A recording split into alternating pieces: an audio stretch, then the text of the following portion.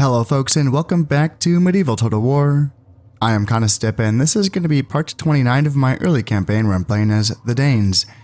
And let's see, it has been a week since my last episode, so I need to sort of get myself reacquainted with this one. So apologies if you are just kind of watching all of this campaign afterwards. Well, you clearly know what's going on. I just need to sort of reacclimate myself here. So yeah, there's not a lot of big powers left in this campaign. You know, we have the Almohads who have taken over most of Western Europe. This is very cool. I am really enjoying this. Although I am sort of messing with them a bit. Back here in Iberia we have, well, this is also pretty neat. I caused a rebellion here in Navarre, and then the papacy bribed the rebels here. And now the Pope's here, which is, I would say, pretty dangerous, but now that there's a foreign power here in Navarre, the Almohads have to sort of garrison these provinces that are surrounding Navarre just to protect themselves. And then I have been causing some issues in Portugal. They did just recently build a border fort here, so I think they might be fine in Portugal now. Very high taxes and sitting on 143% loyalty, despite the fact that, well, yeah, Catholicism still is at only 44%, so I can still do some work there, but I don't know how much of an impact that's going to have, but I can build up to 10 cardinals. That's what I did here in Castile and Navarre, so why not? I think I have another one. Send him down to Portugal.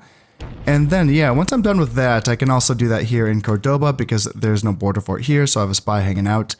Not Granada. Granada does have a border fort, but then Morocco as well. And then I wanted to double check because, so I'm still have a spy in Tyrolia and Switzerland. Also no border forts. But then they recently took Tuscany and Genoa. So they took Genoa off of the Hungarians. And there are no border forts in either of these provinces. And I was just thinking, so Genoa, very low taxes, 92% loyalty. Could we get an Italian reemergence? That's actually kind of what I want right now. That would be very neat. So I want to send spies down here because Tuscany and Genoa, neither of them have those border forts. Tuscany's loyalty is fine, very high taxes, 172% loyalty, so that's fine. But yeah, I can send a spy down here. I think I am training Valor 2 spies, am I? Yeah, it looks like I am. So let's send these guys down. You can go to Genoa. And that's going to tank the loyalty by quite a bit more, actually. I know per each Valor point, it goes down by another, I don't know, is it like 10% per Valor point?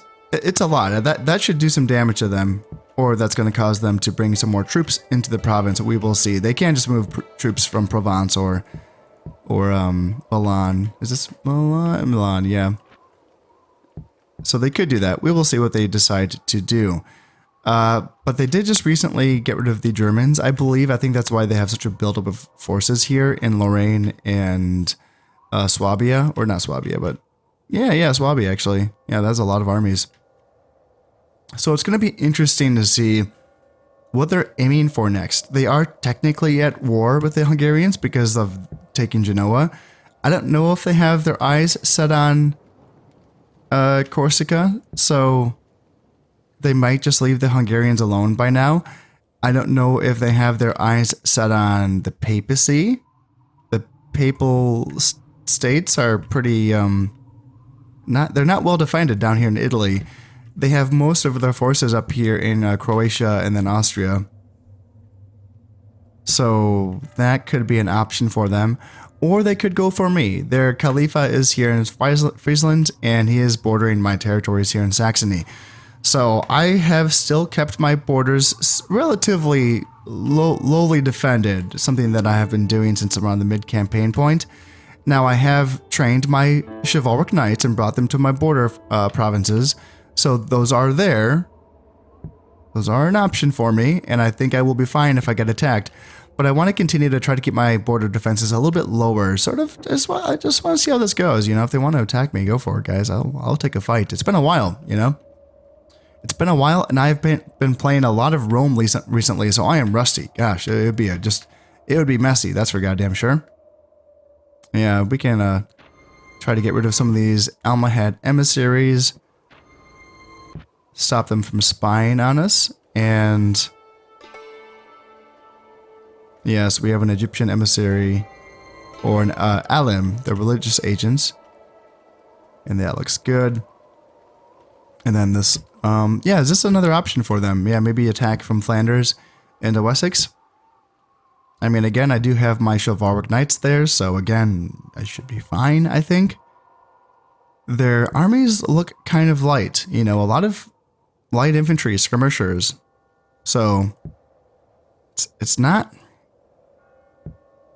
Yeah, it's not looking that dangerous, frankly. So that should be fine. Although, what I would really prefer is if there was just a big royal rumble here in the center between the Egyptians and the Almohads, and then the the papacy kind of gets caught in the middle of all of them. I kind of feel bad because the papacy has asked a few times for an alliance, and I have rebuffed them on multiple accounts, just because I keep thinking that maybe I want to take Sicily and Naples at some point, just to sort of fulfill my historical, I don't know what you want to call it, the thing where the Normans took, you know, those provinces, and I'm kind of like the Normans, you know, because they were Danes. And that's kind of what I was thinking about, is just leaving that as an option at some point. I don't know if I'm going to do that, because the thing that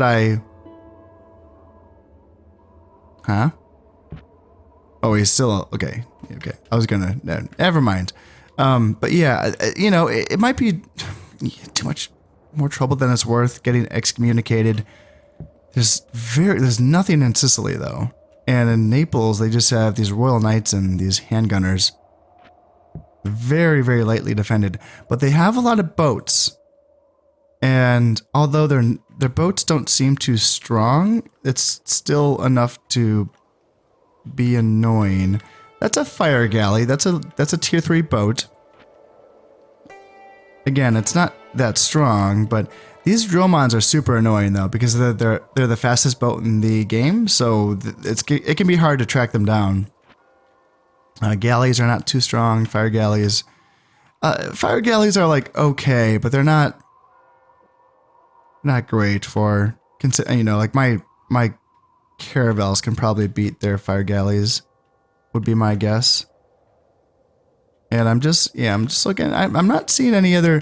The Mediterranean Catholic factions can build, I believe, both like sets of boats. Like they can build the Mediterranean boats, like the galleys and such, but they can also build the Catholic, like the, you know, the actual like westernized fleets as well. I believe so. I believe they can.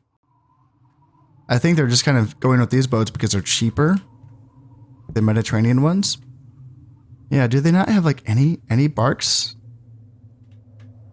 This is all galleys. Huh. It's making me think now. Okay, the papacy can train like barks and caravels, right? It's just all galleys and dromons. That's not a great navy, strength-wise. Yeah, the Almohads have some Bagalas, which are their tier 2s. The Almohads Bagalas might beat the fire galleys, because they have 2, 2, and 2. And then the fire galleys, gosh, can I remember? I just played the Byzantine campaign. I think they have an attack of 3. Yeah, attack of 3, 1, 2. So the speed is the same, defense is lower, the attack is higher. So it is kind of a toss-up, isn't it? Between the Bagala and the fire galley. Kind of depends on how naval fights work. Yeah. Now, I am technically still at war with the Egyptians. They have just been that way. They've just been naughty boys attacking my navies. But at this point, like, I'm still making 10 grand even with the war, and I'm not going to continue to bother to withdraw my boats from the sea regions that border their territories. I'm just going to keep sinking their boats anytime they build a new boat, which they have not done for a while. So they seem a little bit subdued, which is fine. You know, they shouldn't be like that super rich. Their territories are nice, but they can't trade from them without their boats. So, and they have a lot of armies. So they might be struggling to build boats just on that reason alone. I would really like to see a war between them and the Almohads. But on the other hand, I'm aiming to attack the Egyptians myself. That's kind of why I'm leaving them alone in regards to like all of my agents being directed toward the Almohads, is that I want to invade them. So I am building up my late game armies so I can showcase some pike and shot warfare and yeah, get some fights in, basically. I'm thinking about just invading Greece and then attacking from there, maybe attacking into Constantinople, maybe just hanging out and waiting for a counterattack. Who knows? But I don't really want to go into the desert because the desert is going to favor their armies. Their armies are a bit lighter, mine are heavier, so they're going to suffer from fatigue in the hot desert sun. And also they have camels, which do have an attack bonus in the desert as well. So yeah, and they have these Bedouin camel warriors. They can train these from a fort level, so it's a very common unit for them. And they have a bonus versus cavalry as well. They're very cost-effective units, you know, against Cav. Against Cav, they're quite good. I don't think that like they would beat a chivalric knight head to head, but just the cost of the unit in the desert, you know, I think you can really kind of like swing above your weight with those units up against similarly priced, or not similarly priced, but like higher priced heavy Cav knights and stuff. So yeah, I will be avoiding the desert and just sticking to, you know, like the arid territory, because I want to use my guns and I don't want to get into territory that is, yeah, this is so arid and this is lush grassland. So like I would not want to attack into Bulgaria just because I don't want to fight in the freaking rain. I want to use my guns and I want to be able to trust that I can use my guns. Now, it's pretty fair to assume that rain never happens in the desert territories. But I'm trying to remember, does rain ever happen in the arid territories? I would imagine it does, but it's very rare. It would be my guess because, like, you know, what else differentiates between arid and desert? I mean, there's like the heat thing and the camel thing. So there's some differences. But does it ever rain in arid territory? That I don't know off the top of my head, but I would imagine that it is quite rare. Whereas, you know, I've gone on multiple rants about this in multiple campaigns, but it seems like any territory that is either lush or temperate just seems like you get the just rain can be happening on any battle. Even on battles where you choose fine weather, it seems like you can get rain. So yeah, it just makes you not want to use gunpowder in those regions, which is too bad. It is too bad. You know, I like using gunpowder units, but anyway, I will just continue to stay not allied with the papacy or anyone for that matter. I considered the Poles. Why would I do that though? Just to kind of keep them propped up as a proxy, essentially? Is that why I would do that? Would I do that because if they ever were attacked by someone, I could relieve? Well, I mean, depending on what province. If it was like Volhynia, Poland, or Brandenburg, provinces that I border, I could relieve that siege and therefore get some more influence from my king. That only works if you're, you know, allies, of course. So would I do it for that reason? How is my king's influence? Oh god, it's 0 influence. Oh no, so that is the wraparound bug. Okay, wow. Wowie, wow. Because he was fine. He was fine. Wow. Okay, that's something. You know, okay, interesting. I don't know if I've talked about this recently or if I've talked about this since the last time that I had this discussion with fellow YouTuber, the Count MRVHS. He seems to have a pretty good grasp of how the influence works in this game, and for a while I was a little bit suspicious of some of his ideas, but I think that I think he's right actually. Now I was kind of thinking, so he was thinking that influence, even without attacking territories, even without rescuing allies who are besieged, even without successful jihads or crusades, just by sitting in your territories and gathering them over the year, like, you know, just kind of hanging out over the years. If you are playing a GA campaign, just sitting and hanging out on your homeland objectives will gain your king influence. And then I sort of added to that idea, thinking that maybe that the more points become available to your faction's homeland objectives, the more influence your king can gather. Because the thing is that it didn't seem like this was happening earlier in this campaign when there was less points available, or I just had less points basically. And it didn't seem like there was an issue of my king having just outrageously high influence that therefore like reset back to 0. You know? But now that my points are quite good, you know, I'm making a lot of points, it seems like that passive influence really builds up. Like it seems like it's a real like quick thing that happens. And yeah, it's interesting. It's an interesting idea, and that seems real. It seems like that did build up because yeah, it was quite low before, and then it built up, and now it's low again. And I think that's just because he's making so many freaking points. So that's going to be something for me to keep an eye on in going on into later campaigns. So 0 influence is very, very bad. I wonder, am I going to have a civil war? I mean, I was looking at my. So their loyalty seems fine-ish, or is it a little low? Their loyalty does seem okay, doesn't it? Yeah, 4 is a little low. 5's not great either. What about here? 5, 4, 4. So I wonder if we would have to kill a couple stacks up here in Sweden if we had to fight a civil war, but we have so much up here. Then here in Wessex, seems okay. Okay. Well, I hope he gains back his influence quickly and then kind of negates the... okay, yeah, that would be an issue if we had a civil war. That'd be kind of tricky to deal with. He is 42, and he does have a son, doesn't he not? Prince Canute is his brother. How's his loyalty?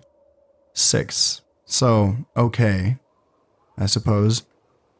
And he has a son? Prince Valdemar is 9 years old. Okay. So, yeah, he will... 7 years, he'll be of age. And he'll be 49. So he will live to see his son come of age. Okay, that should be fine then. That should be fine. Yeah, we'll see if the Civil War happens. Now, yeah, I wonder if the Almohads, their Caliph's right here. He's 52, so he's going to be dying relatively soon. His influence is 6, which is decent. Yeah, so my spies worked on him before he became the Khalifa and gave him the Assassinator trait where he has the minus 40 happiness. The minus 5 loyalty doesn't matter once you become Khalifa, but the minus 40 happiness should be applying to the entire realm. Magnificent Builder is giving all of his generals plus 2 loyalty, so when he dies, they will be losing that. Although I did check their loyalty before I started recording, and they seem like they're fine. They do seem okay. Yeah, they seem like they're pretty chill, so... But he's gonna die soon, so we'll see what happens when he dies. And yeah, we'll continue to try to keep causing issues here in the Iberian Peninsula. So it would be really cool if we got an Italian reemergence. One of the issues with having less factions on the map is that my princes have less options of marrying into, well, marrying another faction's princess. You know, there's really not a lot of options out there, are there? We have the Poles. Do they have any princesses? Not that I can see right away. The papacy does not get princesses, and then the Hungarians, they do. The Sicilians are still here. They have 3 princesses. A 24, 16, and 28. So they're still around, but it would be nice to get the Italians back in play, just so that maybe we can get some more princesses back in play. It's nice to, you know, it's nice to have some ability to, you know, influence my family's ability to get married and stuff. Playing as the Byzantines and the Muslims, it's just, you're leaving it all up to chance, right? Like, it's kind of scary sometimes. Like, you're wondering, oh my god, they're getting old, come on, hurry up, get married, and there's nothing you can do about it. as a Catholic, you can have some ability to do something about it, which feels pretty nice, I think. Okay, so let's see. I'm building mostly fortresses, I think, in most of my eastern provinces, and then I'm building mostly citadels in my western provinces. So that's going to take a lot of time to get that going. And I'm training chivalric knights here in Saxony. And then, am I still building boats? So I'm just building artillery here in Finland. It looks like I'm taking a break from building boats. Nope, I'm getting some caravels here in Sweden. Okay.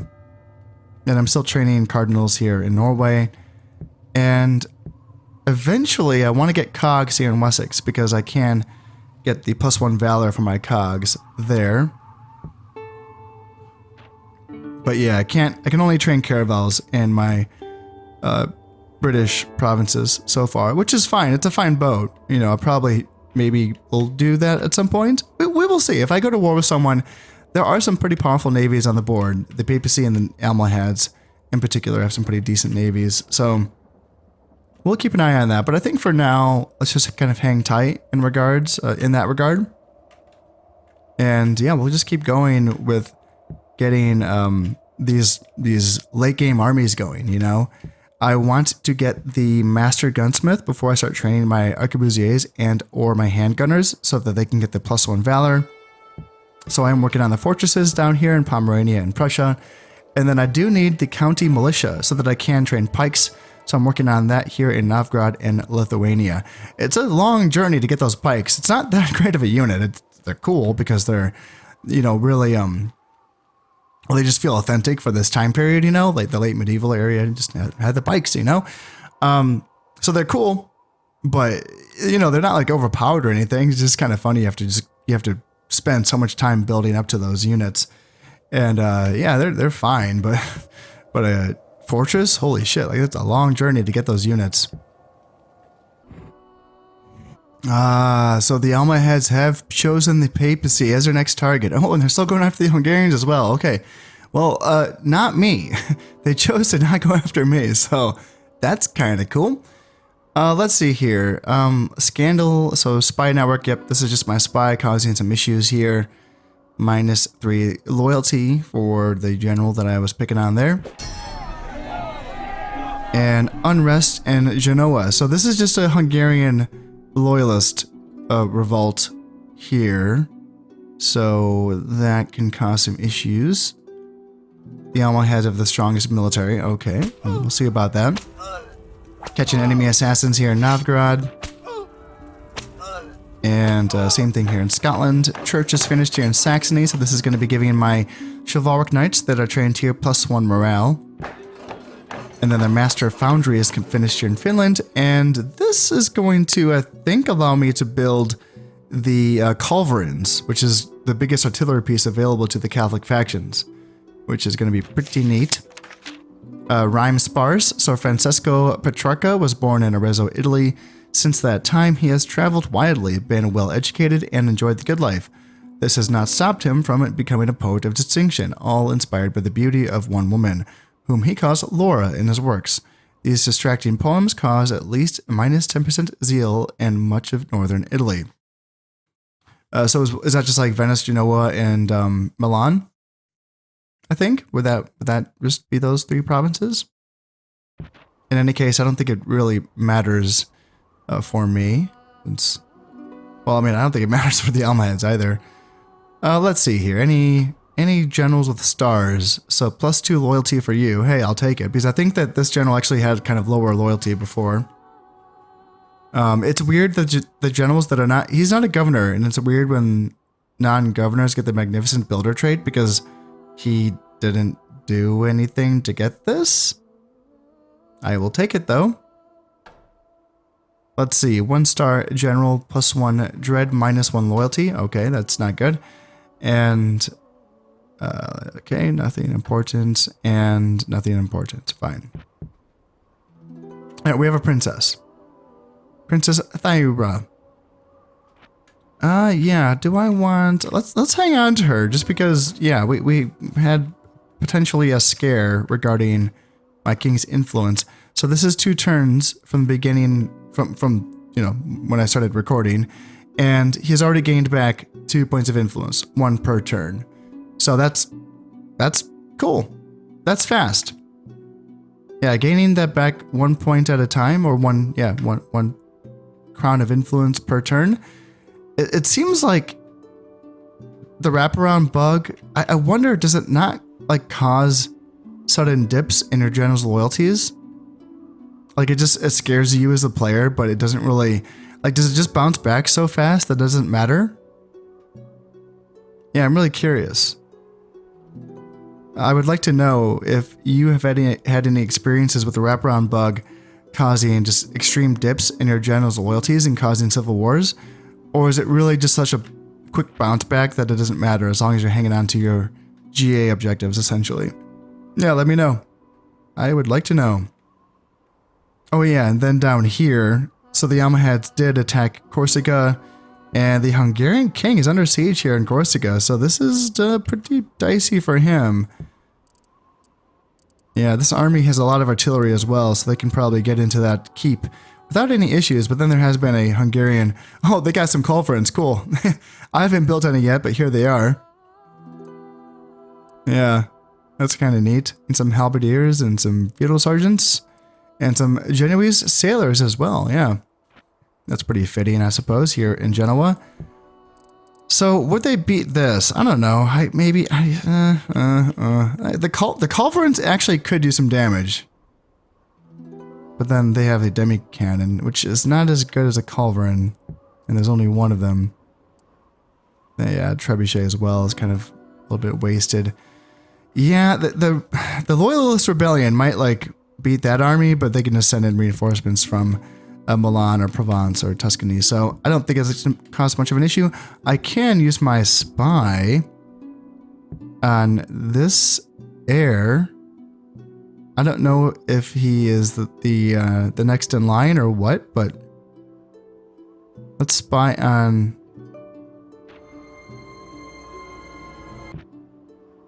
I want to check to make sure that was on Prince Umar. So let's just do that. Can I do...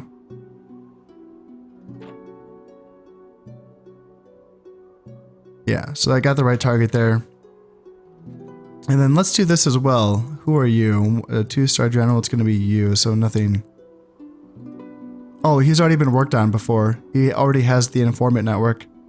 So yeah, let's just keep working on him, and let's see if we can cause some issues in Tuscany. Yeah, their loyalty is down to 96%.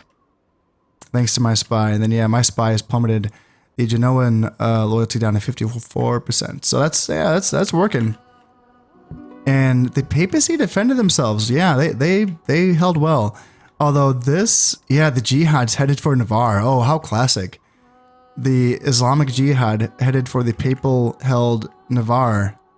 That's pretty cool. The jihad itself is pretty shitty. It's just... It's 5 artillery pieces, like, undermanned. I don't think the bombard and the catapult can even fire with only 1 man each. And I don't think the mangonel can fire with 2 men either. So that's such a... And then a 3-man arquebusier, 3-man javelin, and then a 1-man peasant unit. They got beat up. Holy crap. Yeah, that papal army held strong. Damn. Alright, well, let's see if they can try again. We will continue to try to undermine the Almohads in the meantime.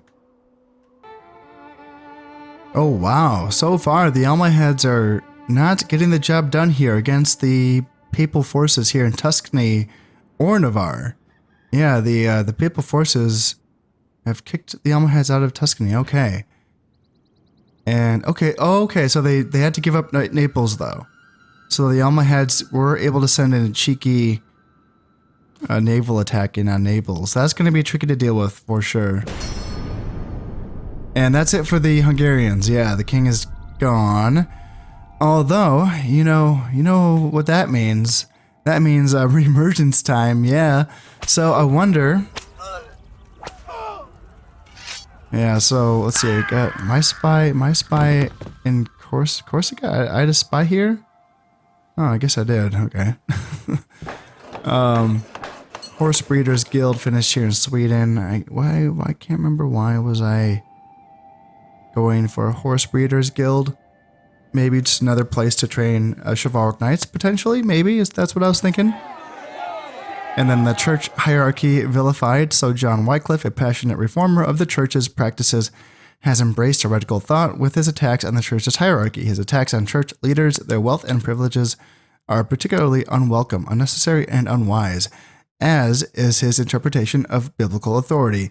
His words are tempting many to heresy in Wessex, Mercia, and Northumbria. So I think that means that there's going to be essentially another sect of religion that starts to pop up in these provinces.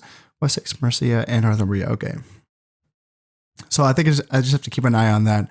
I have bishops in all of my provinces here, so they should already be doing their job to keep Catholicism raised high.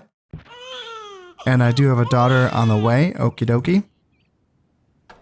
And let's just check in on my governors.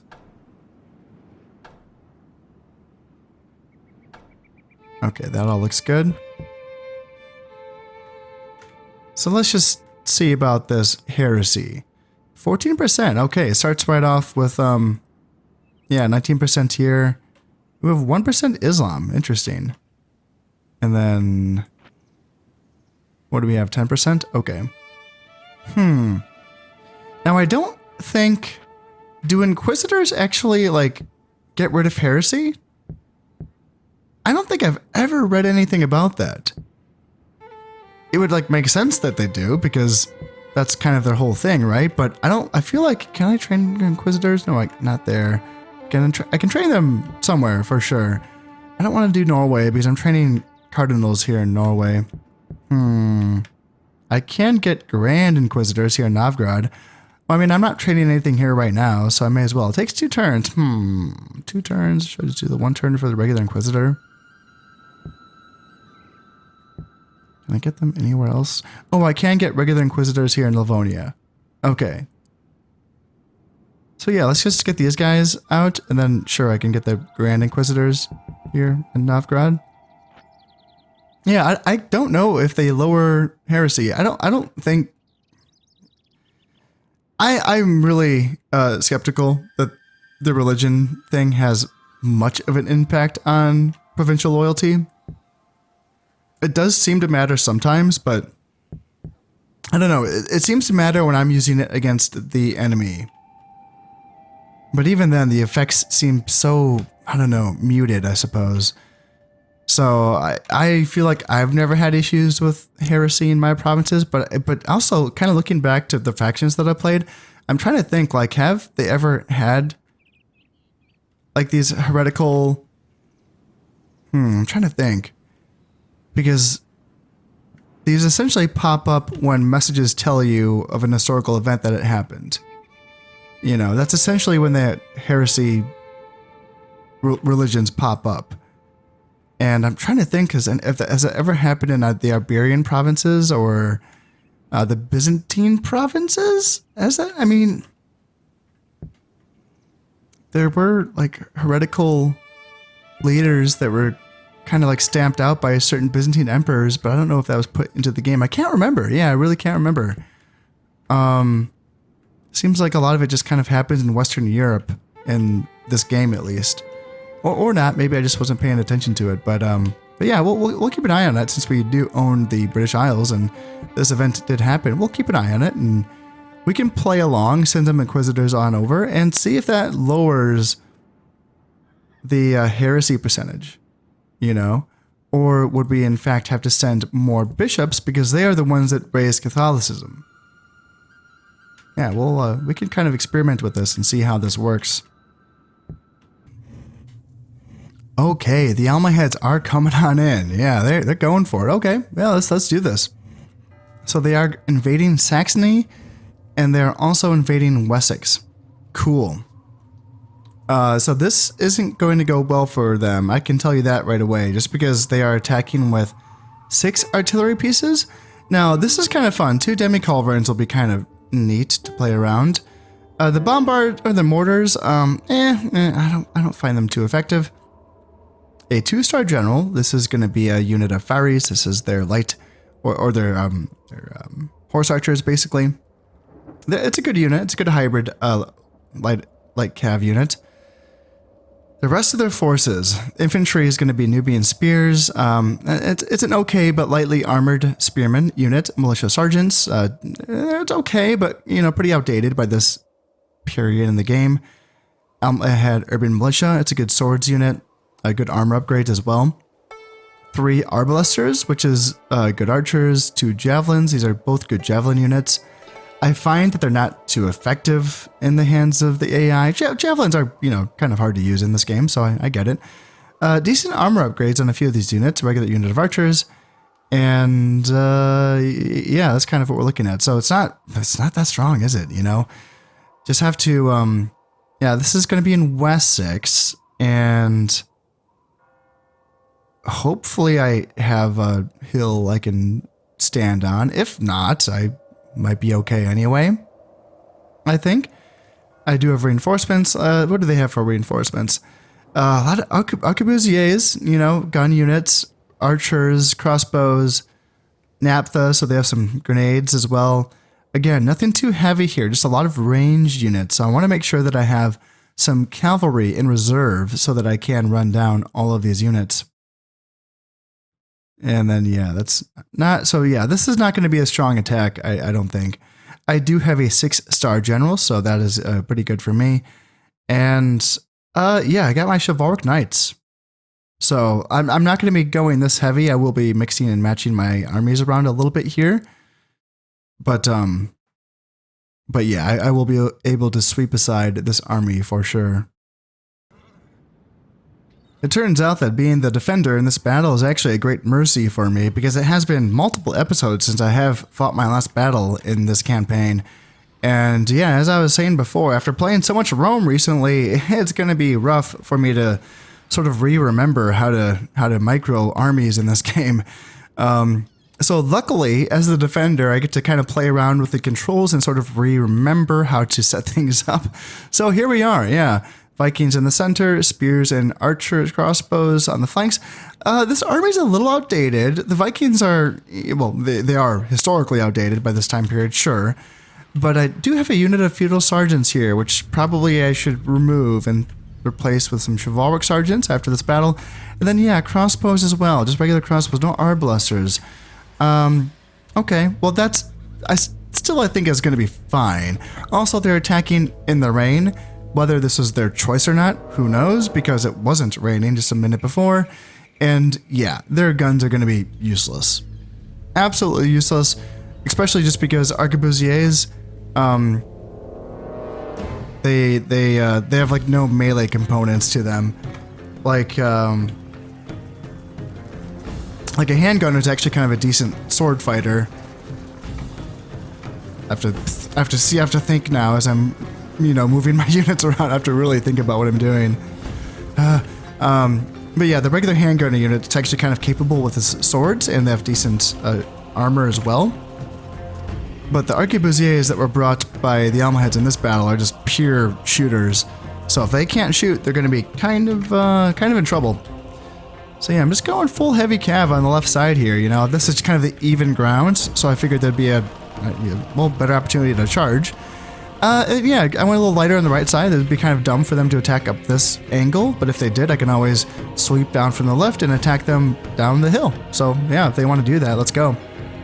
Now, they do have the skirmish advantage, but I have a little bit of a high ground. Not much, just a little bit. I probably could have backed up a little bit more, but then this would have been in the way, and yeah, I have a slope here, and I'm fine with this being kind of my even ground flank, just because I have 2 chivalric sergeants, 2 chivalric knights, and my royal knight.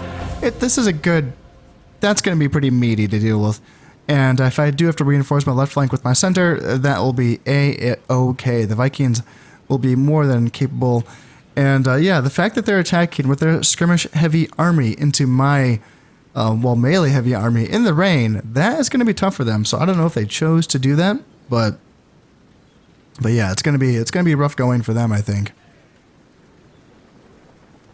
I will say, oh man, it's so nice to be using a fast forward, you know, like unlike in Rome, where the fast forward is just so slow. Oh my god, it's slow. It is laborious. It's just like, even on fast forward, I'm just gonna like do something else, you know, like just put it on fast forward and like read a book or something and just wait for my troops to get into position. Here, you know, you can just kind of like stay in the game and fast forward and be like, oh, okay, let's, yep, okay. And they actually move fast. Oh my God, it just feels so good. It feels so nice to come back to this. It's funny, you know, like Rome obviously is fantastic. It really is. But like, I get it. I get the people that came from Shogun and Medieval and missed those games. I understand now. I do. It's like, oh yeah, there's things that Shogun and Medieval had that Rome did not have, and I'm really looking forward to getting into that with y'all once I start covering that game in more, you know, well, once I start covering that game at all later on. It seems like my guys aren't stretched out enough. It's probably too late now because the Nubians are coming on in. Can we get a volley in on them, maybe? And some Almohad militia sergeants. So let's maybe get another volley. Maybe not. Alright. So you guys can go forward. And then you guys can come up here and get going. And then you can probably... Actually, you can probably come over here. You can start running. You can go. And then you can get a little flanky charge into there. Ooh, oh, this is an impetuous charge. Okay, my king charged without orders. I did not order that charge. Let's see if we can wrap up these Nubian spears. We have swords coming up to assist. We're completely ignoring my center and my right flank, but that's okay, honestly. Let's send in my Vikings for a little charge there. And is it time to get my mounted sergeants to go after these archers? I think it is. Let's get them going. Let's get them going there. And yeah, crossbows, you can hang back. So how are we doing? Yeah, militia sergeants are losing badly. Yeah, let's just get crossbows out there. And it looks like, yeah, we're breaking them there. Let's go. Boom. And then, yeah, let's just chase them off. And yeah, we got the swords coming in. Yeah, they don't want to fight. See, like my chivalric knights have lost 2 men, and they've just been fighting spears this whole time. So yeah, they're doing very well. Crossbows out to the flanks just to like shoot at javelins. And yeah, that's a pretty good route. It looks like maybe some Vikings go after these arbalesters. I don't need my spears to keep chasing. Honestly, you can probably back up. And yeah, spears back up. And let's see, if you guys want to take some shots, I don't mind you guys taking some shots. There and then there. And then yeah, we can chase some of these guys. I'm tempted to leave on the artillery pieces just because they're so useless. But I don't want to I do want to get some kills, you know? Ooh, cannonball shot coming in. Okay, yeah, they're I kind of forgot the demi cannons can pivot. Yeah, these other artillery pieces are kind of stuck facing this direction. Cannons though. Ooh, they could get a shot off. I kind of want to get rid of those javelins. Okay, so far they're not hitting me, so oh, that'd be funny if I could get them to hit their own artillery piece. All right. Looks like we're getting rid of them. It's tempting to go after those artillery pieces, actually. Yeah, why not? Like, I'm already this far. And yeah, these are mounted sergeants. They can come help out as well. Ooh, the general's coming up. Oh, I kind of thought that he's still going, is he? All right, let's get my general to run down those Almohad armored militia. And you... Can you catch the enemy general? Yeah, he's not really running away, is he? He's kind of like hanging out in the forest. I mean, Vikings are going to come in.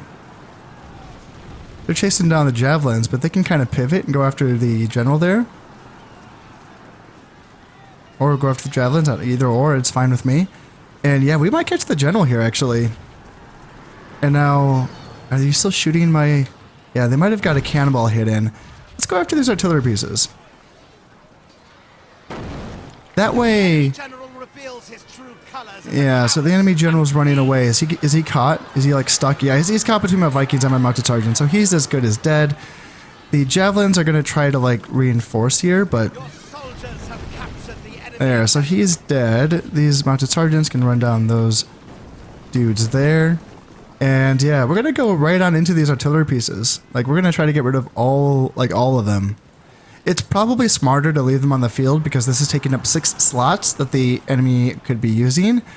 But at the same time, it's nice to get rid of enemy units when you get the chance, you know? So we were able to get a few of these artillery crews killed. Might get a few more. Yeah, we could actually send you to go after these demi-cannon crewmen. And so far, no reinforcements have come on. That's interesting. I wonder if they are going to decide that this is a bad idea, considering, you know, the rain and the fact that that last wave went just awfully for them. Yeah, let's get you to run down them, and then let's get my guys all the way back to the other side of the map and await a potential next wave of enemy forces. Yep, and they are going to decide to not come on. So we did capture 394 of their guys. I will just choose to let the ransom occur just because they want to pay for these men that have been beaten and ground and just, that's going to be in rough shape. And I feel like the AI doesn't do a good job of merging together damaged units. So if they just want to have a bunch of like damaged units that are, we faced them before. They're not good units. And I feel like it's more effective, I think, to take the money. I feel like that really handicaps the enemy. So yes, let's just continue on. We did kill 184, captured 394, lost 47 men. Mounted sergeants each gained 2 points of valor. That's very good. My general got a point of valor as well. And Vikings, point of valor, yeah. Yeah, not bad. Not bad at all. Nice little baby's first battle there, kind of getting my feet wet and trying to remember how to do this and get this done. So the Almohads just decided to retreat from Saxony. Interesting. They didn't want to do that. Okay. And yeah, they're going to keep retreating from Navarre as well. Let's see. The papacy is going to retreat in Venice. Okay. I wonder, would that be the Almohads or the Egyptians? I'm assuming the Almohads, but it could be anyone. And the Almohads are going to retreat from Naples. So the papacy was able to provide a counterattack there. Interesting. Okay. Ransom refused. They couldn't pay for it. Oh, wow. They could not pay for those men. Interesting. Well, I am the richest. Duh. And yes, the Khan of the Golden Horde has died. Okie dokie. And the Byzantine Emperor has died as well. Polish assassins in Lithuania. And papal assassins in Scotland. And how are we doing here? So this general, 3-star general, again, he's not a governor, so this doesn't matter. Happiness and piety don't matter for non-governors. +3 valor for this guy, but 0 command stars, okay. And then zeal as well doesn't really matter. Okay. So, okay, it seems like they have a lot of forces in Franconia, and they might not have had all of these forces available for that last turn. So I wonder if they would reconsider attacking into Saxony now. And I think it's going to be important for me to reassess my army. It looks like I still have crossbows, don't I? I did train arbalesters, did I not? Did I just put them all in like Lithuania to fight the Mongols? I did, didn't I? And then I never retrained more. Okay, so that's an oversight on my part. So I don't have any arbalesters here in Sweden. I do, don't I? I have some. I do. I have some Arblasters. Huh. Why did I not bring them to the front lines? Yeah, that's kind of... that's silly. I need to bring these guys, at least some of them, to the front lines. Yeah, Saxony doesn't have... Saxony doesn't have any. They do have Huskarls in Saxony, so I have a bit heavier of infantry here. Okay. Yeah, I need to sort of reassess this a little bit. Obviously that went well, but you know, now this is a lot of forces. How's their infantry situation? Would it be any better if they attacked me? Also, like with cavalry as well. Like, how's their heavy cav and heavy infantry? Swiss Halberdiers, that's a pretty cool unit. Almohad Urban Militia, Muwahid Foot Soldiers, these are very good anti-cav spearmen. Like, obviously, like all spearmen are anti-cav, but this is like a really offensive-oriented spearman unit with only 60 men as a base unit size, as opposed to the 100 man for most normal spearman units. So that's a pretty decent. 3 stars for Berber Camel General. Just want to keep looking at these forces and see if they can make a good like heavy push with either their infantry or their cavalry. I'm not seeing much in the way of like dangerous cav.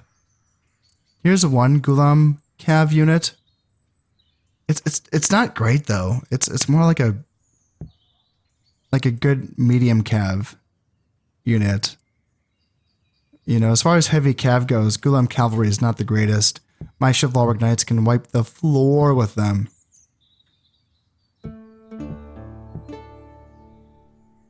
Yeah, it's a lot. It is. Like, if they attacked with all of this stuff here in Franconia, as well as the stuff in Friesland, that could cause an issue. There are 2 sons here in these armies, two heirs in Friesland, and then, of course, the Khalifa here in Franconia. So there would be a potential opportunity to kill a few family members if they wanted to attack with those armies.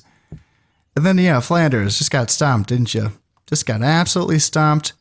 If they want to go for that again, be my guest. But I do want to get my armies a bit more situated so that they can deal with further attacks a bit better. I was just going to send back some of my injured units from this battle here in Wessex back to these eastern provinces so that they could be retrained. And then I was reminded, oh yeah, I'm at war with the Almohads, which means that now my trade is blockaded and I'm losing almost 20,000 per turn. Right. I'm actually kind of glad that I tried to do that and then realized I needed to figure the naval stuff out. So they did not attack any of my boats.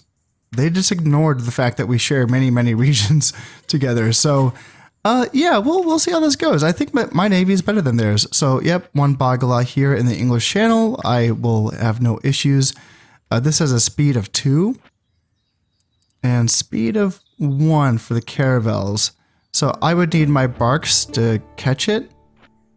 So let's take out my bark and my longboat. They can attack so that they can catch the boat, and then my caravels can kill it. The bad thing is that my bark and my longboat might lose that fight, but you know, it's, I think, the better way of getting this done. What about here? Another Bagala? Well, we just have caravels, so let's sink that. And then, yeah, just keep going down. Dow is speed of 3, so that can be a little bit trickier to catch. I do have 1 longboat, though, so we can try to catch that and grab it with the caravels. And, yeah, let's just go through and see how we do here against the Almohad Navy. I think I should have a better navy than them in every single sea region. Maybe not this one. This is the one where they have a 1-star Bagla, and then I have two longboats, but I do have a 1-star. It's tempting. Let's just see if 2 longboats can beat 1 Bagla. There. Okay, so the Barbary Coast is the one sea region where I don't have a distinct advantage. I have my 2 longboats versus they have a Dow and they have a Bagla. And they have a 2-star Dow and a 3-star Bagala. So I will be bringing in a Cog and a Caravel from the Western Mediterranean, and then a longboat will be coming in from the African coast. Just in case they attack here and sink both of these boats, I will be able to clear them out in the next turn. Other than that, I feel like I have a pretty good chance of winning every single other naval engagement, I think. So we will see. Yeah. We'll see how this goes. Let's bring you guys up to Mercia and then check on the Heresy. So that is still 14%. The Heresy in Mercia, that feels like it's higher. I feel like that wasn't 19% last time. Maybe it was. And then 10% here in Northumbria. So I got my first Inquisitor out, and we will see if he drops this 14% at all here. That would be kind of interesting to keep an eye on. And yeah, I think I want to play one more turn. It's a little risky because if we get a big fight in, this is going to end up being a very long episode. But I want to get another turn in. I want to see how the naval engagements go, and I want to see my income back in the positive. That's kind of the main thing here. Is even though my treasury is fine, sitting on 372,000, so my treasury is fine. And then my king's influence, only is at 3. I feel like I've played at least 4 turns in this episode so far, so that's, I would expect it to be up to 4 by now, but maybe I'm wrong. And his son is 13, so in 3 years he will be of age. So yeah, that's actually a good way to remind myself. So he was 9. So yeah, I've played at least 4 turns. Yeah, I've played at least 4 turns in this episode, and yeah. It's only gone up by 3, so that is interesting. It's not going up 1 per turn. It felt like it was, and then it stopped for a turn, even though I didn't lose anything and nothing changed. The only thing that changed was my income and the amount of enemies that I have. That changed. Huh. Let's just double check and make sure there's no Egyptian boats that have joined the fray. It doesn't seem like it. It's all just still Almohads. Okay. Okie dokie. Well, let's save this. And yeah, I don't want to fight another battle. As I said, I just want to kind of get to the end of this turn and see what happens with the naval fights. Well, yeah, it looks like they're going to go for Saxony again, so we might have to fight another long battle here. And they want to go for it. Okay, well, let's fight this then. They do outnumber me by about 1,000, 1,100. Their Khalifa is going to be here, and I did strengthen my forces here in Saxony. Nothing too dramatic, nothing too dramatic. I just made sure I had Alberlesters. That was it. That was the big change. And as far as their first wave is concerned, this is a lot stronger than the first wave that I faced in that last battle, because this is going to be a strong melee push. Cavalry, not so much. Although, 2, 3. Ooh, this is so unfortunate. They're bringing a 9-star general, which is in a unit of Gulam bodyguards, but he is going to be overruled by the 2-star Khalifa. Oh, that is so unfortunate for them. So, 3 units of Gulam bodyguards is going to be their cavalry contingent, and they are all, essentially 20-man units, which is, yeah, my guys will stomp all over them. Yeah, for sure. I will bring I will bring 2 chivalric sergeants, 1 royal knight, and 2 mounted sergeants, and I will crush that. The question, though, is going to be the 6 Almohad urban militias. That's a lot of swords, and decent swords at that. They all have armor upgrades, it appears, except for one of them. They are bringing some Slav javelin men. They are bringing in 1 unit of arbalesters, 1 unit of Swiss halberdiers. That's going to be a crunchy unit as well as 2 javelins and 2 artillery pieces. So still going to have 2 wasted spots, essentially. Yeah, this is going to be interesting, because at least I do have my Huscarls in this army, so, that's good. Having Huscarls against, they will crush Almohad urban militia for sure. but I don't want them fighting the Swiss Halberdiers. They can still beat that unit, but that unit with its bonus versus armor is going to put a bit of a crunch into the heavy armor of the Huskarls. The Huskarls can do that right back to them, but since the Swiss Halberdiers are not armored, they don't have high armor values, the Huskarls will not be getting that great of a bonus versus them. They will still beat them just because they have good stats, but the fight will not be, heavily in their favor is what I'm trying to say. That would be a losing fight. So I want to make sure my Huskarls are fighting the swords, and I want to make sure something else is fighting the Swiss Halberdiers. What would it be? What do I want fighting that unit? It's kind of a tough. I think I just want to shoot it. Shoot it with Arblasters. It doesn't have a shield and it's not armored. So yeah, just shoot that with like 2 units of Arblasters. That's probably the best way to deal with that. And then don't worry so much about shooting like down cav and stuff because I can win that cav engagement. It's going to be more about making sure that I can hold the infantry line while I win that cav engagement, and then I can swoop into the flanks of those swords. What about their reinforcements? How are they looking? A bit, some royal or some Gulam bodyguard units. Another son is down here. So they are attacking with the Khalifa and then 2 sons. Yeah, it's a bit bold, a bit risky. 2 Muwahid foot soldiers, so a bit more melee forces there. Urban militia, that's pretty weak. Peasants, pretty weak.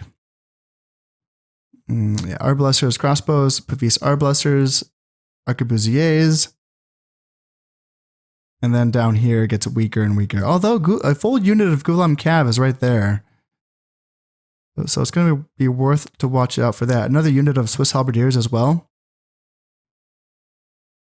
And another unit of Gulam Cav. So yeah, this is going to be a rumble. Well, they want to attack in the rain again, eh? I mean, well, Saxony's, it's not a hilly province, is it? No, it's kind of flat. With some forest right there. We do have some terrain features though. Like a little forested hill here, some farmhouses here, and some farmhouses here that we can kind of use these kind of as to hold our flanks perhaps, and kind of funnel them down the center. That seems like that might work out for me. Or would it? They're going to be attacking with a heavy infantry push. So it's going to be important that I use my cav well. Can I hide cav here? I don't know if I can. That's a little bit right on the edge of the fence, and I might not be able to make that work. I could hide cav back here. That could be an option. Or even back here as well. Yeah, there's some options here. That's kind of what I'm thinking. Like maybe mounted sergeants here, and then just sort of hold an infantry line with arbalesters and spears. Maybe like holding this as my left flank and then kind of angling it back a bit. And that way I can just have some like heavy cav back here in this forest right behind me. And then mounted sergeants back there. Yeah, there's some ideas there. There's some ideas there. Maybe even like keep a unit of Huskarls here, just as like a forward little annoying. I don't know. I kind of like this. I kind of like putting a unit right there. I'll toy around with this and see how this feels.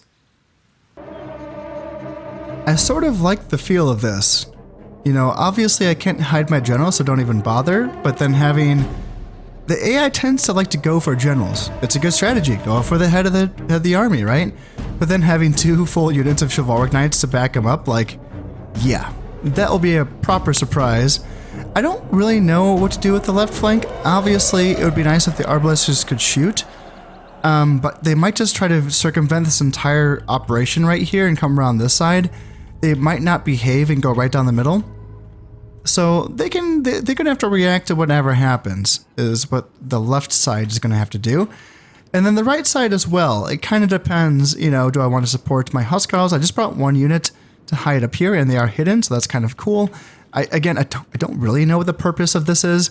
If they do kind of just bypass this and go for the center, they can be a nasty surprise into the flank of a unit of Almohad urban militia, or if they just kind of hold the hill, they could be supported by their own brothers in arms, the other Viking Huskarls back here. So this flank can basically just be used to either shoot or hold or whatever. And hold for what? Well, hold for a flanking attack by Huskarls, or I have these horsemen, not mounted sergeants. I have some horsemen left, which I can no longer train, but these units are still left from the early part of the campaign. So outdated, sure, but I have talked about this before. I feel like they do compare pretty well to mounted sergeants. They are a bit more well-rounded, whereas mounted sergeants really do depend on their charge bonus, and they do have better armor. I think the horsemen have better overall attack and defense stats. Slightly, they serve the same role, essentially, but yeah, they are going to be hidden back here as well. So let's see how this goes. I think I want to get this group in position first. So let's do that, then that, and yeah, interesting. So I don't know which direction they're gonna go. Should I form up like this? And then you guys like have to remember I have to use Alt to do that so I don't select guys, unlike in Rome.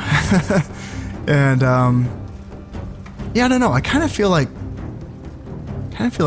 backing up with my left flank so that they can kind of shoot into the center, and I feel like leaving my center open, like really wide open, and trying to sucker them into attacking me down the middle is kind of what I like the looks of.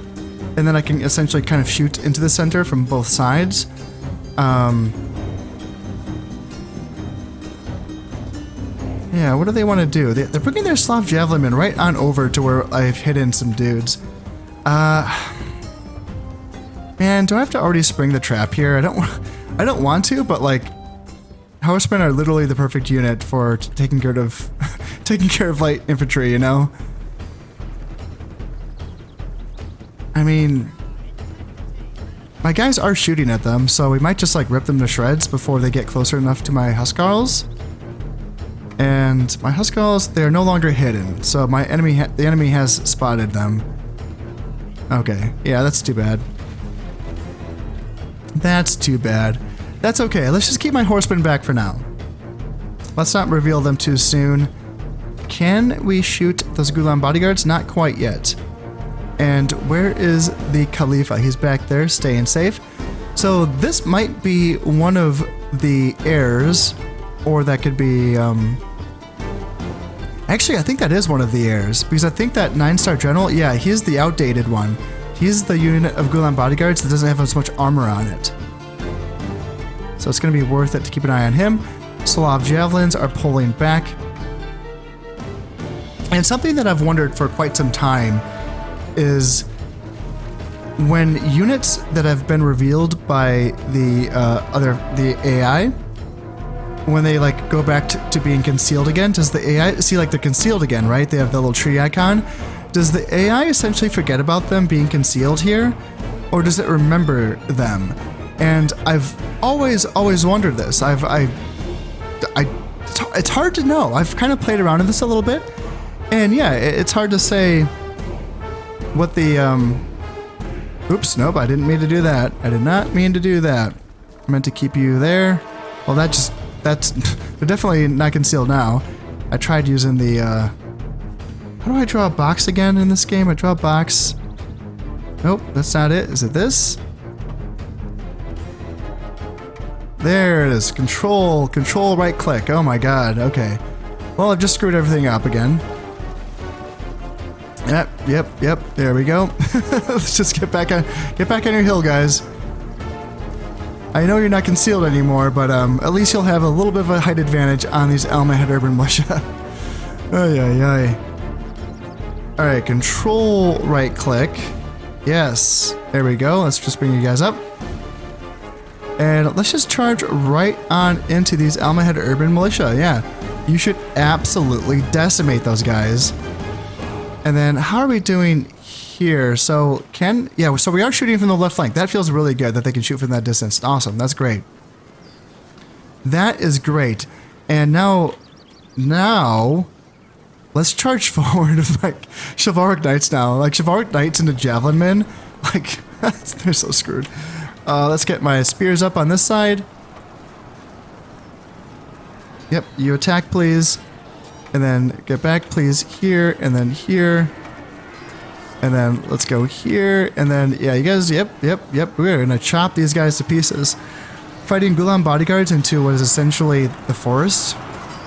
And yeah, we're gonna clean up those Almohad urban militia. And urban militia should do okay there. And I just bungled my arbalesters, didn't I? Yeah, please get back, please get back. Chivalric Knights doing well here and doing well there. Let's get my king maybe into those Almohad urban militia. Yep, let's do that. So they're losing. And then let's get my horsemen to help out with these Gulam bodyguards there. And then these guys can shoot into those guys there and then there. And so we're driving off the Almohad urban militia there. And okay, so oh, that's the bodyguard right there. Oh, that's the Khalifa, should I say? All right, let's get my left flank into the game. They're kind of a little too far out of the action right now. And oh, okay, yeah, I forgot about they have a catapult and a trebuchet, right. Well, I brought my horsemen in against these Gulam bodyguards, and they should do well against them. A lot of Almohad urban militia here. Let's try to get back.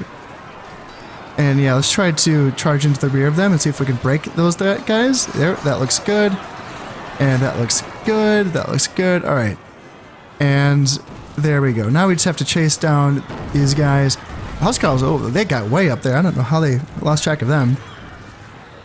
But yeah, we can get rid of these arbalesters. We can get rid of these artillery pieces. Because this is going to be one of those long battles. So let's get my horseman up here to destroy these artillery pieces. Because I want to be able to chase down enemy units without worrying about getting hit. Did I just say the right thing? I want to make sure I can chase down fleeing enemy units without being hit by artillery. That's what I was trying to say. There we go. There we go. All right. So we're getting rid of arbalesters, javelins. There we go. Good. Huskarls are catching swordsmen. That's funny. Let's turn around here and just go after those artillery pieces. You can go after the javelins, and then you can go after artillery. And then, ooh, not my king, but my general. You can come back, please. Yep, you don't have to chase all the way to the ends of the earth, because there are going to be a lot of enemy forces coming on. That is for goddamn sure. Chief enemy. Ah, the enemy king has been captured. Yes. All right. Alrighty then. Well, that was a disastrous attack. Ooh, this Chivalric Knights, there's only 11 of them. They're chasing down these Almohad urban militia. What absolute chads. Let's get these Chivalric Knights to do that job instead. Yeah, you can go chase those guys down. And then I should probably withdraw those 11... Yeah, where'd you guys go? Yeah, let's withdraw you. I know that the first unit that I have in reserves is going to be a unit of chivalric sergeants, so that's going to be perfect, actually. And then, how are we doing? Can we keep running some guys down, please? Yeah, try to get those swords if you can. Although they have brought on some reinforcements, so, Gulam bodyguards and peasants. Yeah, let's just get back. Let's just get back. You go, and then you go. And then what do we have over here? 2 Viking Huskarls? Damn, that unit got chewed up. Damn. Yeah, I completely lost track of the Swiss Halberdiers. So I wonder if they did a lot of damage to these Huskarls here. Yeah, you guys have to withdraw. I can't have a 2-man unit. Actually, let's get you to run to the edge first. And then I can withdraw you once you get closer to the edge of the map. It looks like the Almohads are probably done. Yeah, it looks like they don't want to fight anymore. Okay, well, I actually don't mind this episode if it does go a bit longer, because I miss this game so much. You know, playing as much Rome as I have, it's fun and all, but man, I do miss this game. All right, I killed 387 and I did capture to 37. And I did lose 260, so it was a bit bloody there for sure, but ended up being okay. Huskarls, yeah, this is the unit that lost 58 men, but they got 3 points of valor. So yeah, I wonder what happened to them. Was that the unit that got like swarmed in the front? Maybe. And then let's see, Chivalric Sergeants, 1 point of valor. Huskarls, 1 point of valor. They only got 9 kills and they get 1 point of valor. Interesting. Chivalric Knights, 2 points of valor for 117 kills. Hot damn. And then 1 point of valor for this unit of Chivalric Knight as well. So, all in all, that felt like it was a pretty good fight. Yeah, our Blasters got 43 kills on this unit. Yeah, pretty good job for them. And again, I guess they won't be ransoming back. Well, this would be their Khalifa. So, like, would they not ransom back their Khalifa? Would they just let him die? Let's see, the Almohads are going to retreat from Venice and Navarre. And let's see how these naval engagements go. So we did win here. We won there. We won 1 and lost 1 here in the Costa Verde. We lost 2. Okay. I think that was the one where I had the 2 boats versus their 1 Bagala, I think. So, okay. I was playing a little too close on that one. Oh, they brought some more boats into the Straits of Gibraltar, but I won my first engagement. Ooh, I lost 2 here. Holy shit, that's crazy. I had a cog and a caravel against a Bagala. That's insane. That's really, really weird. And that's important because the Western Mediterranean connects, like, you know, everything. So that's one of the 3 sea regions in the game that's a deep sea water region. So that's a big loss. Jesus Christ. Was it just 1 caravel? What the hell? Or 1 Bagala? Ransom refused, so they just let their Khalifa die. That's how that goes.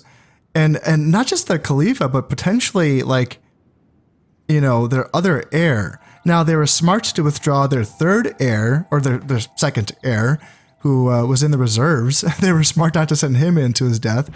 I don't know how many men they have, but yeah, this is going to be some issues now.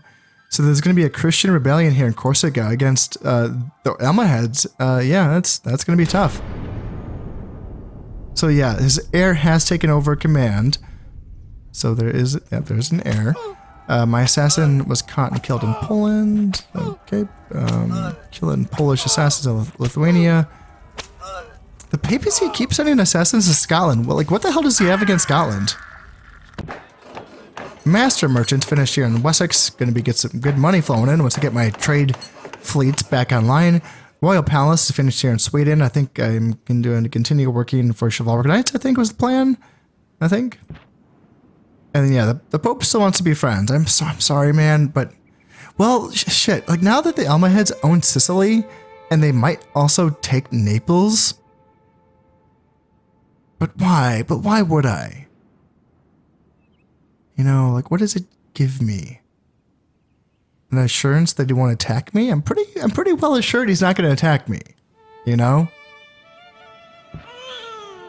And I do have another son on the way. That's good. That's good. I'll take some sons. 0-star general doesn't matter. And 1-star general is a little overweight, -1 valor. That's not good. I need my generals to be able to fight. I need that. Income, losing 18,000. That's bad. That's bad. But we defended ourselves, and we did it pretty easily. But yeah, I want to see where is the...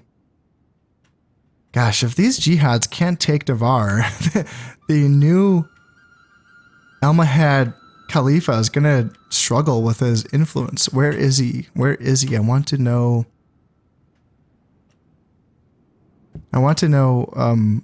what kind of man he is. How his influence is. To find him first. Oh, here he is, down in Sicily. Okay, well, huh. That might not be a good spot for him because he's cut off. Yeah, because I won the naval battle here in the Straits of Sicily. So now his influence has been cut off to the rest of his realm. Oh, this could be bad. 4 influence. So very charitable is giving plus 10 happiness, but informants. Oh, so I was working on him. I was getting. This is the first tier of that vice line that my spies were accomplishing. Oh, it's tempting. It's tempting to send a spy after him. There are border forts in Sicily. But if I can get a high valor spy into Sicily and continue to work on this and try to get him to become an assassinator so that his realm loses minus 40 happiness, that could be good. And then Corsica, let's see, this Christian rebellion is all Pavis Arbalesters, Armored Spears, Urban Militia, and Archers versus... They might win this. Yeah, I think the Almohads are going to lose Corsica. Cool. Nice. All right, well, it's going to be very interesting to see if the Almohads can hold things together despite having their king essentially marooned on an island separated from the rest of his realm. Yeah. And it's also going to be interesting to see if the Egyptians are going to decide to kind of get involved here. There's definitely some opportunities. The papacy, though, for all of its trials, seems to be kind of hanging in there. It's impressive, really. Considering that I'm barely helping. So, yeah, that's going to be...